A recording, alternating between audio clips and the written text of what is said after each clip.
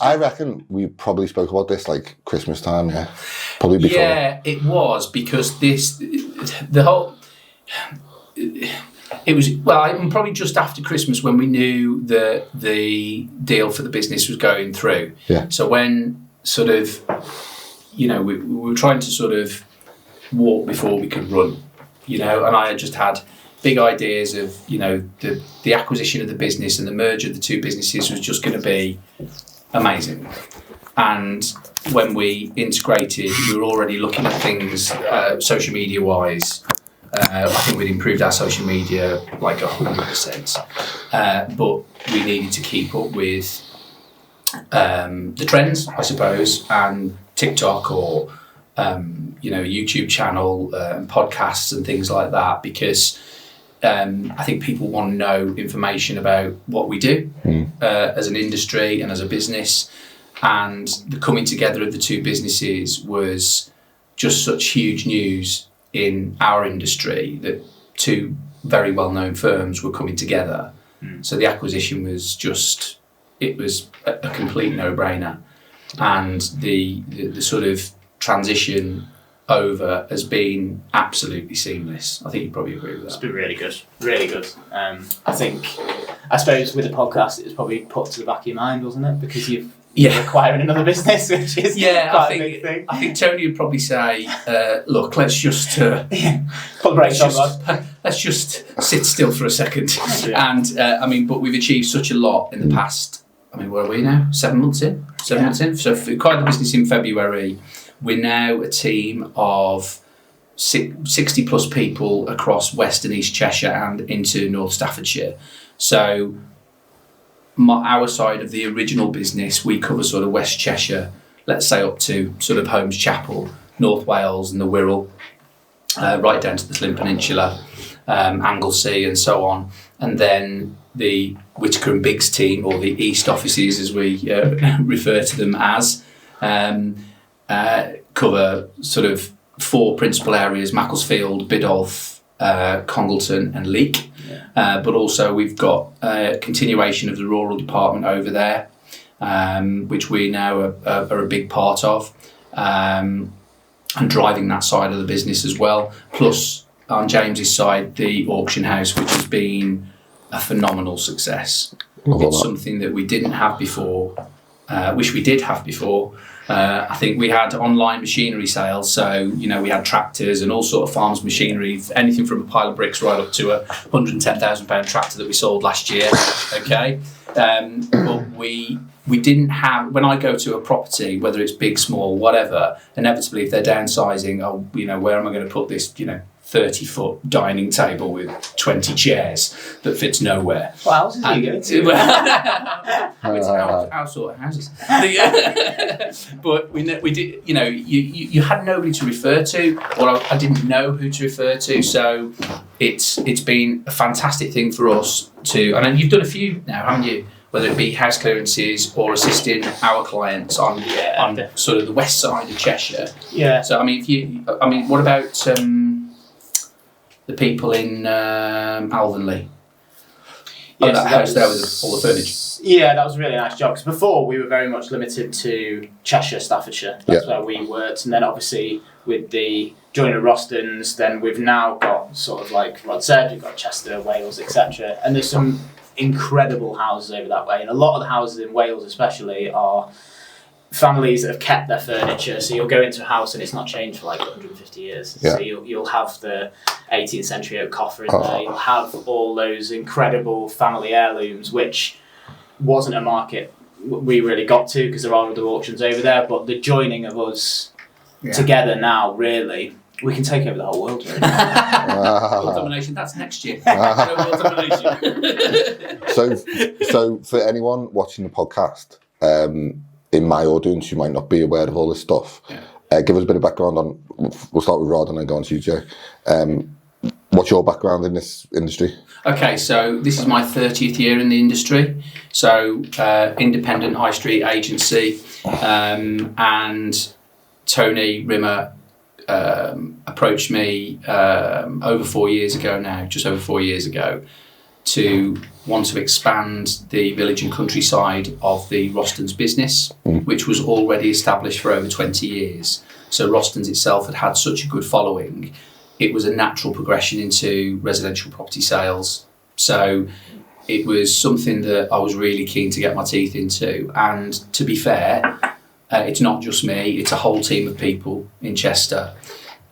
We've gone from strength to strength, we've increased our market share. We are very much known for selling rural properties under the Rostons banner. But before Village and Country Homes, it was always farms, small holdings, land, which we obviously still do in abundance. But now we sell residential homes all over Cheshire County, Wirral and obviously North Wales. But we do have a niche in the rural market, so nice village. Well, it's exactly what it says on the tin, village and country homes. Yeah. So it doesn't have to have 4 acres off the back of it. It could be a small grade 2 listed cottage in the middle of Burton Village on the Wirral, or one of the villages that we operate in across West Cheshire. Right up to a small holding or a house with land and outbuildings. But we also, interestingly, have an additional or some backup, shall we say, when we're talking about equestrian properties, working farms, obviously, larger small holdings. And one of my colleagues at the office specialises in the equestrian market. So from my side, I'll go up to that equestrian level, shall we say, and then that specialism kicks in. So we can deal with any sort of demographic of residential property across the areas that we work in. But then obviously now with the merger and the coming together of the two businesses, we do have 4 high street residential sales and lettings offices that cover the east of the county and into North Staffordshire, and they do some volume business and some absolutely superb property. I mean, just this week I was over in Biddulph office covering for the local manager who is off on holiday, and I've had a fantastic time. Just so diverse, the properties, and it's a absolutely fantastic location. But so that's the history of it, and then now getting into my 4th year and absolutely loving every minute of it. You know, surrounded by a great team, and now the extended team over on the east. You forget how big Cheshire is when you say it like that. You actually forget how big it is. You do. My car knows it. Is it My second car. Is it the second biggest county? Or one of the... I'm not too sure. I know it's big. It's big. It's big. You've been covering Mac for a long time. Well, I was. When we the merger happened, I was in Macclesfield quite a bit.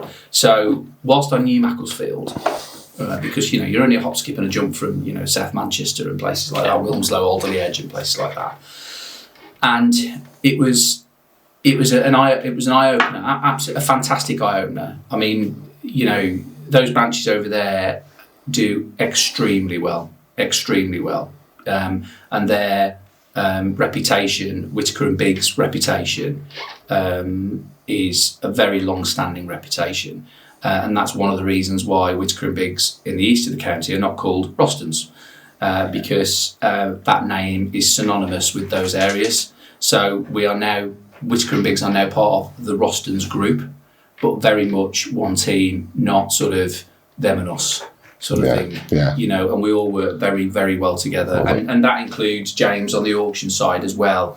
I can't tell you what a difference that's made as well. I mean, when I first went to the auction house, I was like, how much can I buy? what can I get in my car? But it's a proper Aladdin's cave. Really? Everything. And it's really impressive. Really? And what we did was, to have a bit of a coming together, team building, coming together. So we all got together in the auction room, and the plan was we all got into teams. So we were all sort of not with anybody that we worked with directly, and they were at various stations. I think there was 10 stations, and it all had an item, or an antique, or just something. There was a record player, for instance, on one, and then there was a brass steam engine. Yes, it was like a traction engine, wasn't it? And it was like a mini Antiques Roadshow, but within the auction, to see and you had a group of 10 people that really we hadn't. That was that 2 months after the merge? Yeah. So we literally got together and we think we need to sort of bond and what have you, because people were, I mean, I cannot tell you how good the transition has been between the two businesses. You know, the worry is always that you merge with a business and there are huge casualties because the incoming business doesn't like the new setup, the new business, the new directors, the this, that and the other. Are we all going to become one big corporate monster? Well, that's completely not the case, is it? Completely not the case. If anything, you know, we've got, you know, we all make decisions together. When we have a management meeting, it's almost, does everybody agree with this? Fine. It's not something that's dealt with from an ivory tower. That is fairly typical of a big estate agency practice or business, to be honest with you. You know, you can't run a independent business from an ivory tower in another county. You have to listen to what the local market wants and the local people want. So the transition was great. So we all got together in the auction house, right? It was amazing. It was a great night. We had a big hog roast in there as well. Brilliant. But it was interesting though, wasn't it? Because at first, you know, at a Christmas party where you're at a works do and you have pods, don't you? Right. And it was so obvious when you looked at it from afar. You're just like, yeah, that's pods. But then we got to do this Antiques Roadshow style thing, and everyone just hit it off and engaged straight away. Had to guess the values. So they basically had to guess the description. So you had to write a brief description of what they thought it was. Give a valuation of it. And then there was also, we gave an award for team name as well, which is quite funny actually. There's some rogue choices in there. Can't mention it on it. But it was a great way to get everyone doing something that was completely out of the comfort zone. The whole situation was a bit out of the comfort zone because they didn't know anyone. But by the end of the night, offices were all just mingled, and it was the best thing we could have done, and it probably cost the company about 200 quid. Like, really? Yeah. But it was just a simple thing. It was so simple that, you see, before this sort of transition, and again, this isn't a criticism, but I think Whittaker and Biggs largely did their own things with their own branches and then came together once a year for Christmas and what have you. I get it, absolutely get it. When there's so many people, how do you please everybody? You can't. Where for us, there's in the original Rostons crew, you know, there's 16 of us in Chester, and we all socialise together. It's a great team. There's no, you know, we all work so closely together in one building and in a big open plan office that's one of our benefits. That, you know, if a client's ringing in, the phone always is answered. We're all networked, so therefore they can answer a question about anything, whether it's a piece of land, a survey that's been done by one of our surveyors, a valuation, one of my properties that we've got on the market, and so on. And you know, Whittaker and Biggs is becoming that sort of one team. You know, we have management meetings all together. You know, we decide on how we're moving the business forward together. So, I mean, ultimately, you know, decisions have to be made, but I think that team feeling is quite clear. It's not like dictated to, right, we're going to do this. It's talked about. I've kind of always had the vibe of that culture when I've done the social media stuff with Rostons, is like the team just works together, and everything just kind of seamlessly works. And what I've seen on your social media since we've done that is actually everyone's involved in it. There's actually some like super cool stuff going on. So yeah, that's cool. So James, what's your background? I've not got 30 years experience. I've got 13. You're not even 30, I'm slightly. I am 30. Slightly younger than Rod, but mine was a bit of a rogue start to my career. I started. I left school when I was 16. Had no interest in education. Didn't want to go to uni. Went into landscaping. Did that for 2 years, and then decided to go back to college. Did sport and science. Nice. And then, as a kid, though, my mum always took me to auctions. Mum and dad did. Always to antique fairs. So I always had that at the back of my mind, but I never knew that's the career I wanted to do. Yeah. And then I got into an auction, and it was Whittaker and Biggs when I was 17, and I just knew that's what I wanted to do. So I passed all my college because that was the right thing. It is quite a. I don't want to say old-fashioned, but like kind of like not a traditional career path. Yeah. it's a rogue thing for my mates. For a younger person. Yeah. My mates are like, that. what on earth are you doing? Like, they just didn't get it. You've not done too badly of it though, have you? No, I've done alright. Thanks very much, BBC. Oh, I'm not TV. No, it was completely different, and I got into basically just being a porter. That's all I did at the start, which is Is that the BBC? No, that was at Whittaker Biggs when I was 17. Yeah. Which is an integral part of the auction. It's doing all the setup, the carrying, the lifting, etc. But one of the old Whittaker Biggs partners, who's not with us anymore, called Derek, he got me onto the rostrum, and when I started auctioneering, that was it. I just fell in love with it. I thought I'd hate it, but I fell in love with it.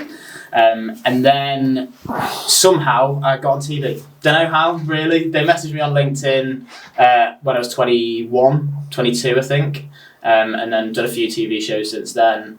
And then stayed at Whittaker's, was the manager there for 5 years, and then obviously the Rostons joined as well. Is there any difference in that, like real life to sort of the TV sort of dramatisation of it? So, Antiques Roadshow is obviously it's a TV show, so that's not what I do every day. I mean, Rod see me in steel toe cap boots, a pair of scruffy trousers, and a polo shirt, getting into boxes. But then you're also in a shirt and tie, going to houses, meeting clients, and it's what I love about my job is that it's so diverse. Like every day is different.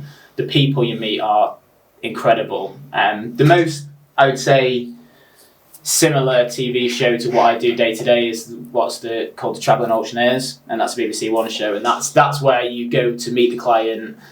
You'll go through the things in the house, and then they go to auction. That's really what we do, and obviously is that way. So with the auction, just digging into the auctions a little bit, is it a case where you sell a house, people want to get rid of the stuff, and then you auction that stuff off? So a lot of it is, yeah. So I would say probably 70% of our stuff is through probates and house clearances, 60 to 70% I'd say. And then also we're getting a lot more, because we've really upped the game of the auction. We've just built a new office, which looks, you've not seen it, have you, Rod? I've seen the skeleton. Oh, it looks great. Yeah, I know it's going to look great, but yeah, I haven't seen it. It's because obviously with an auction you need a big space. Yeah. So in Cheshire, big spaces, they're hard to come by. So we're in a 12,000 square foot warehouse, but it's an old weaving shed basically. So it used to be called Boston's are still connected, but it's quite hard to make that vast space look as good as it can be. But the office, we've now got a valuation room in there, and we've really sort of upped the game, and a lot of private people are now coming in with jewellery, with watches. We now have a specialist vinyl sale as well. Cameras. Specialist camera sale, yeah, we've got one actually running. It's probably finished now. So we sell so good. You probably love it actually. Yeah. I mean, I am a camera geek, to be fair. Right. Every month we now have a specialist camera sale, which is a lot of film cameras, digital cameras, and it's just flying. The 90s cameras especially. Yeah. I'm not a camera guy, that's Dave. But he knows everything about cameras. Yeah. We've now got to a point where we're getting 250 to 300 lots every month of just cameras. Wow. So when I saw it, when I came over, because instantly I saw the sort of, your Canons and your Nikons, the digital cameras. And I was like, oh my goodness me, it's Aladdin's cave of sort of cameras, unbelievable. But then it was the older 35mm cameras. That one that you'd sold, was it a 1950s one or something? Yeah. I mean, that got some crazy money. Yeah. It's not fashionable anymore to use them cameras, but I used to love the old 35mm anamorphic, like sort of beat shots and all that kind of thing. Well, what I see more of as well, I mean, again, completely off at a tangent, is a lot of kids at the moment, using the SLR cameras a lot more. Yeah. Because some of them, and a good piece of kit, is actually less than an iPhone. Yeah. So actually, you're going to spend 1,200 quid on an iPhone, or you're going to go for a nice SLR, Canon or Nikon camera that will do a really good job for 100%. You. And it's almost like turn around. But I think it's so diverse what you've got there, though, isn't it? From crockery to those huge 30-foot tables. Yeah, there was one there when we were there, and it sold. When we were there, when we had this team building session, this table was just monstrous, and it was fantastic. It was just like a film set. So how does it work? Do people just come in, literally look at the stuff and bid on it? Yeah, so we have a viewing before the auction on Thursday. And then, to be honest, with online now, you don't get as many people in the room. When I started auctioneering, you'd have 150 people in the room because we didn't have online. But now you've got 800 bidders online, and 5 people in the room. Wow. Like, that's how much, obviously, since COVID, etc., that has just changed. I can just imagine. Like, I've got this vision in my head of my missus sitting there online. It's too easy. It's really exciting. It is really exciting. So that's what I mean. But to get 800 people online, that's amazing. Yeah, I mean the auction side of the business, as well as everything else, is performing extremely well, and a lot of that is definitely down to James. At the end of the day, he engages with people so well. Clients really like him. The team really likes him. He knows his stuff, and he's a good guy. And I think it's a part of our business that we didn't have. Probably didn't think we needed. Not that it wasn't going to be taken on. But it was like, wow, this is like territory. I'm fascinated by this idea of alternate. I'm not going to say marketing, but it's like almost like alternative thoughts. Yeah. Well, you'd be surprised. Well, so it's like you think like people think very in the box. Yeah. And it's like you've got to do it a certain way. But actually, when you think about big ideas and spreading messages of and ideas and building these ideas, actually thinking outside the box a little bit really works. It does, and it has done for us, because we always had the online auction, as I said to you before, and we've obviously got online property auction facility as well. But I think when you're talking about a one-stop shop environment as a business, as the Rostons Group, if you have a piece of land to sell, or you've got issues with people coming onto your land and therefore looking for compensation, whether that be a power company or somebody's literally driven through a hedge onto your field or whatever. We do that side of it as well, compensation, surveys, and what you would say are, I suppose, basic surveys like asset valuations, mortgage valuations, because we're on mortgage panels now as well. So also a big topic at the moment is with farmers and the inheritance tax. So we do a lot of tax planning and or assistance, tax planning assistance, plus asset valuations with regards to that. That's a big topic at the moment since the last budget. Yeah. So, and then ultimately these people or any of our clients will ultimately want to sell a property. 100%. So we can sell their property, we can clear it out, we can sell what they don't need, and we can help them move on to the next property as well. But on top of that, we've got a planning side to our business that's quite unique, certainly in the rural market, where we have a specialist within the business that can look at planning for redundant agricultural buildings and sheds and things like that. So we've got quite a lot of arms to our business that people potentially don't know about, and that creates that one-stop environment. And certainly from a residential point of view as well, now with the merger with the Whittaker and Biggs team, we've got high street estate agency and lettings as well. So we're now venturing into lettings. So podcasts. Do you know what I absolutely love? That model. Like when I started the content room this time last year, we were originally called Hasty Creative. Now, if you look on Company's House, it will still be Hasty Creative, but we trade on the content room now. And the idea that I had in my head was to have like a one-stop shop where if you wanted social media content or video or podcasting, whatever content marketing you wanted, from strategy to filming, editing to social media management, everything was just under one roof. Yeah. And it's kind of the same concept for what you guys do. It's like everything property you've kind of got under one umbrella. Well, yeah, it's so valuable because you could spend 5 days Googling podcasts, YouTube, who's best to do this, who's best to do that, who's best to do everything. But if you've just got that one place with a company that you trust, like they can handle everything from start to finish. Like time is the most important thing now, isn't it? 100%. And not everyone's got the time to do that. Whereas if you can get a company that can do everything from start to finish, I think it's mad, isn't it? Like I totally agree. Having that, like, so if you rewind even 10 years with like ChatGPT, Google, all this stuff it was big, but it wasn't as big. Definitely going back 20 years, it wasn't that big. No. But if you look at it, like, so in that sense, because we couldn't, to get hold of information, we had to either pay for stuff, go to a library, physically get out and about to get it.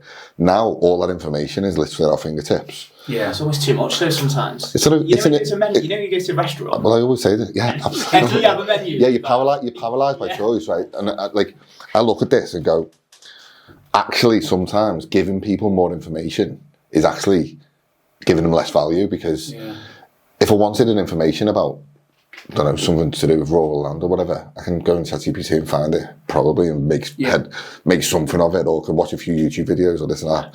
But actually, having it where someone can take me from start to finish with that thing, like you guys do, that's super valuable, right? You've hit on a good point there, and I totally agree with you, because I think with the easy access to everything online, you can pretty much say, well, what supplements should I take for a bad knee? Yeah. Believe me, I've done it.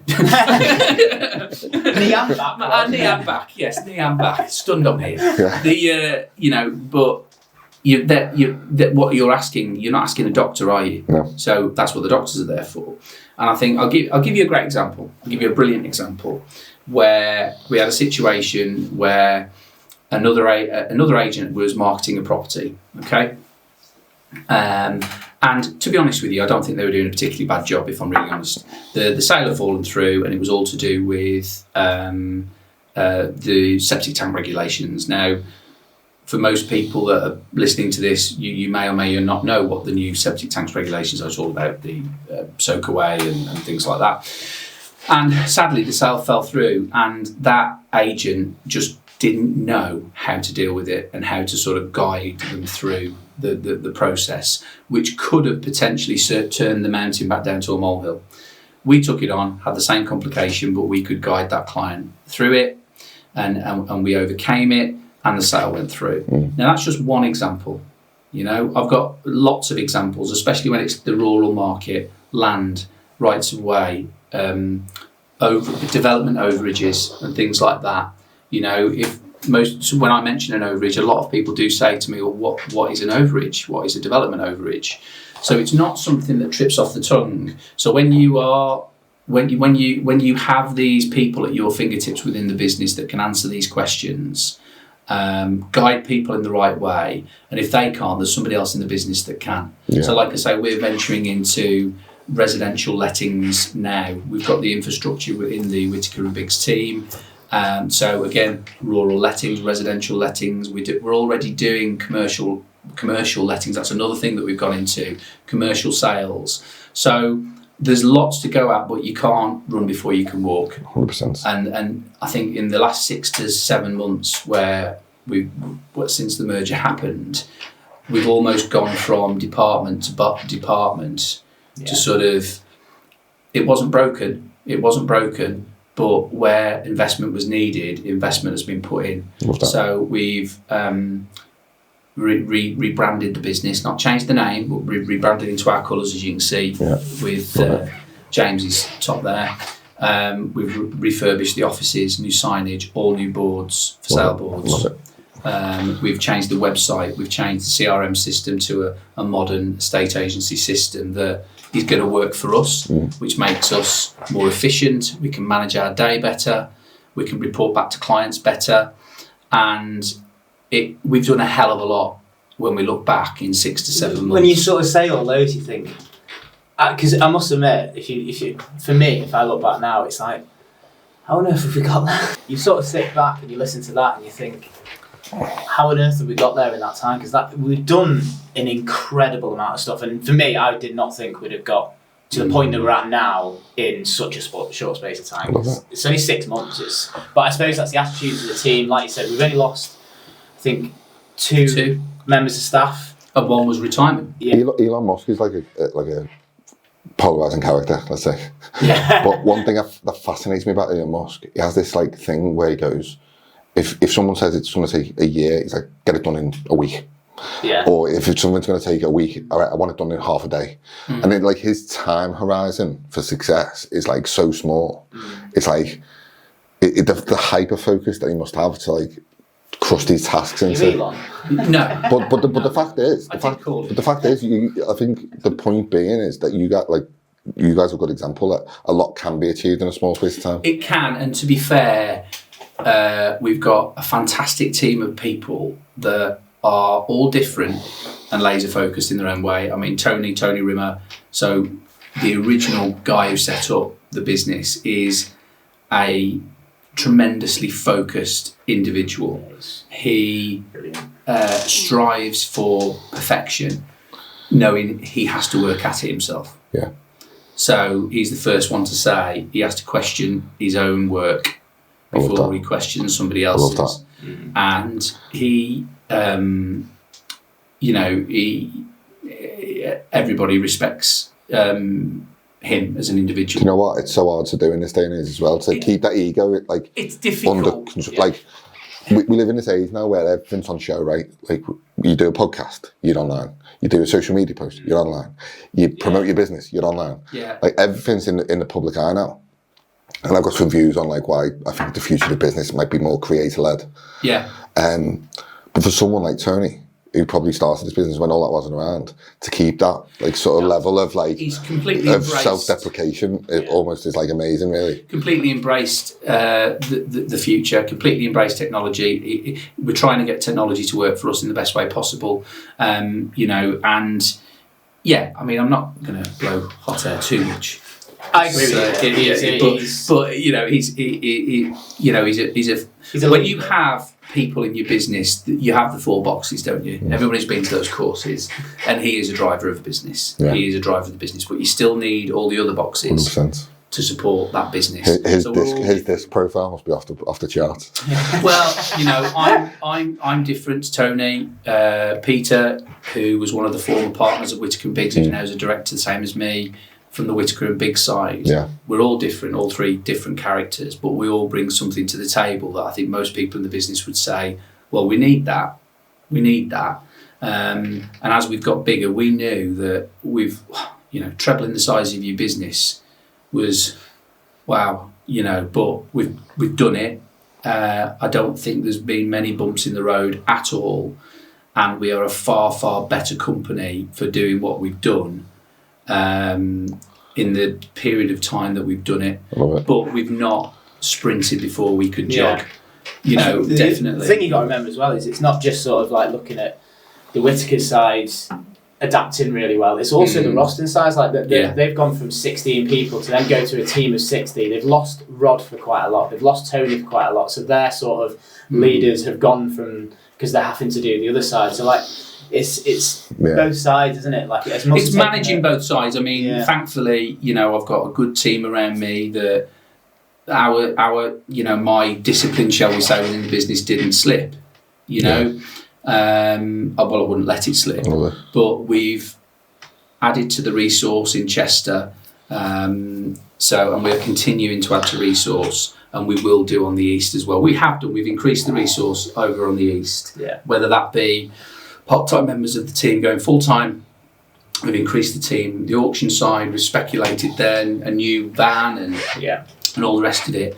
But it's gone really, really well. We're very pleased, and it just brings attention to the size of the business we are now and what we can offer people across the board, no matter what they're actually looking to do. So I'm extremely proud and really, really chuffed of how things are going. Can't complain. I love it so much. How important is culture, like, moving forward into the growth of, like, further expansion of the business? It's really important, isn't it? Hugely. Like, it's got to be the right person, or people, teams, whatever. Yeah. I mean, 12 months ago, this time last year, we were probably in discussions. But if we'd have said January 24, there was no sign of any expansion. Well, we wanted it, but the opportunity just wasn't there. The Whittaker and Biggs proposition came along, and it was no brainer. It was a completely great fit for us, because in many respects it's a very similar business. The former partners of Whittaker and Biggs are still with us, working with us, and we're very grateful for that, because they were the mainstays of Whittaker and Biggs. Their reputation is Whittaker and Biggs, and we're very, very pleased that they are still with the business and still working as they were and moving the business forward. what the future holds, who knows? If the opportunity comes along, then we would always look at it. Because again, we've got a specific niche within our industry. Certainly from the rural point of view, from a residential point of view, estate agency, shall we say, yeah, if that is a bolt-on to that business, then all the better. Yeah, I absolutely. think what was interesting, wasn't it, the Whittaker and Biggs partners came to you and said, are you interested in the rural side, didn't they, to start with? Yeah. And then basically you and Tony went back and said, no, we're interested in the whole lot. So that sort of says a lot about Rod and Tony and their sort of the ambition of it, drive to it, and to like, I think it's impossible to say what the next year or two brings, really. I think definitely the growth of the business is there. The guys are performing incredibly well across the business, whether that's sort of West Cheshire, East Cheshire, wherever. Everybody is excelling. The market on sort of the residential side is a challenging market, or has been certainly in recent time for various reasons that we're not in control of. But the future's bright. I mean, we've still done as well, if not better, than this time last year. So that's a result for me. And I think the Whittaker and Biggs team are on board. They're on the bus, as they say. They've embraced what we want to do. And we brought in a few changes, but nothing monumental that people get stressed about and think, I don't like this change. Regulatory things that we've had to bring in or improve on, they've been done. And from an investment point of view, anything that has been needed has been delivered. Yeah. So everybody's got the tools that they need to move the business forward. Bearing in mind that business was already moving forward. Yeah. So it's the future is very, very positive. But I think from my point of view, we can offer that one-stop business for anybody, no matter what they need. So if someone was to need that help or need you guys, what's the best place they can kind of come into contact with you? Well, from either of the, because we've still got independent websites, Whittaker and Biggs and Rostons, for obvious reasons. So you can look at us you can look us up on our websites, rostons.co.uk and whittakerandbiggs.co.uk. Or obviously call one of the offices over on the east of the county. All those numbers are noted on the websites, and in Chester as well, our numbers there. And you can get in touch with us direct, no problem at all. I absolutely love it. Lads, thanks so much for coming on. That was unreal, that podcast. I really enjoyed getting to share some insights with you, and it's good to just have you on finally. So we've been talking about this for a while, so thanks so much for coming on. Appreciate your time.